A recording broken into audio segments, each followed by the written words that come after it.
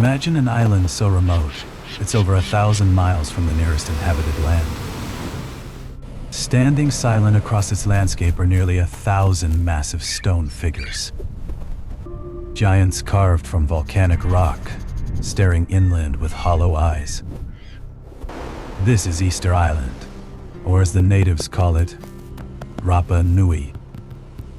For decades, we've been told this place represents humanity's darkest lesson. A civilization that destroyed itself through deforestation, warfare, and ecological collapse. The ultimate cautionary tale about what happens when we ignore the limits of our environment. But here's the thing, that story, it's wrong. New archaeological evidence has completely rewritten what we thought we knew. Today, we're diving into the real history of Easter Island. A story of incredible ingenuity, remarkable survival, and a tragedy that came not from within, but from outside. Let's uncover the truth behind these stone guardians.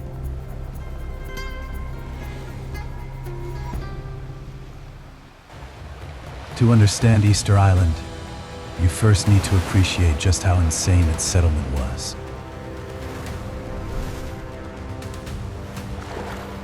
We're talking about one of the greatest feats of navigation in human history. Around the 13th century, a group of Polynesian voyagers set out across the Pacific. No GPS, no compasses, just the stars, the swells, and generations of ancestral knowledge. They were aiming for a tiny speck of land, barely 64 square miles, in the middle of the world's largest ocean. Finding it would be like hitting a bullseye from across a football field, blindfolded. But they made it.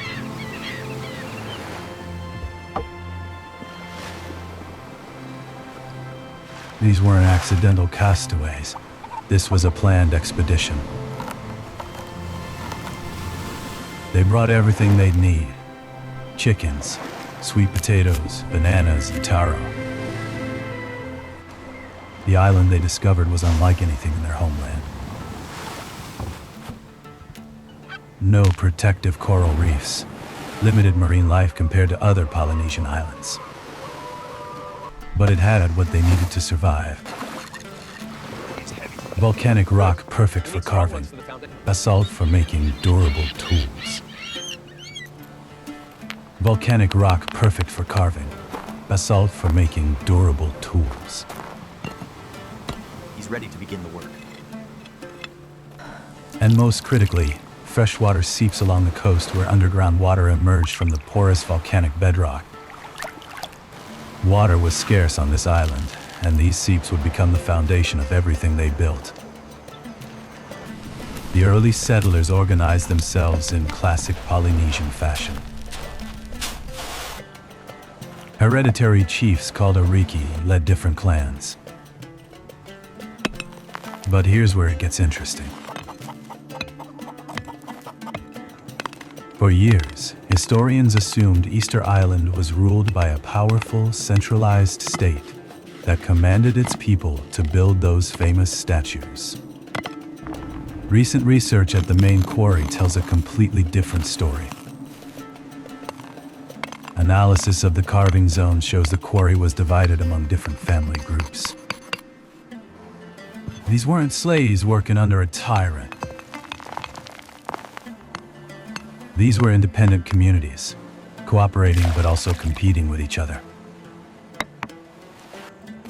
Think less ancient Egypt. More family businesses trying to outdo their neighbors.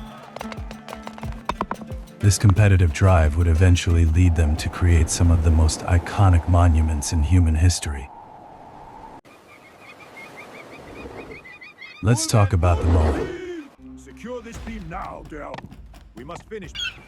These aren't just impressive stone carvings. For the Rapa Nui people, these were the living faces of their ancestors. Need more water on Sector 3. They called them Eringa Ora, the living faces. Each statue represented a deified ancestor, and the Rapa Nui believed they contained something called mana. Mana was spiritual power, supernatural essence passed down from the gods through the chiefs. Once erected on their stone platforms called ahu, these statues were positioned to face inland, not toward the ocean, toward the villages and farmlands. Why? Because they were protectors. Guardians watching over their people, ensuring good harvests, fertile lands, and the well-being of the community.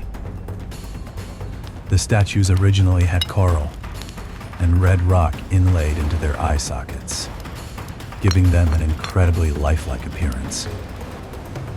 Imagine hundreds of these figures, with gleaming eyes, standing watch over the island.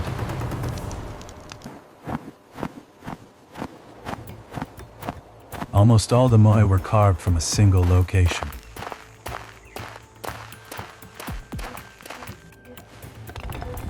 Ranoraraku, an extinct volcanic crater. This place became the spiritual and artistic heart of the island. Teams of expert stoneworkers use basalt picks to chip away at the soft volcanic tub. They'd work for months, carefully freeing these massive figures from the crater walls. Some statues were over 30 feet tall and weighed more than 80 tons. But here's something amazing that researchers discovered in 2019. The quarrying process itself created incredibly fertile soil. As they carved, they exposed fresh, mineral-rich rock fragments. Excavations have found evidence that they grew bananas, taro, and sweet potatoes right there in the quarry. The very act of creating their sacred protectors also helped feed their community. That's just brilliant.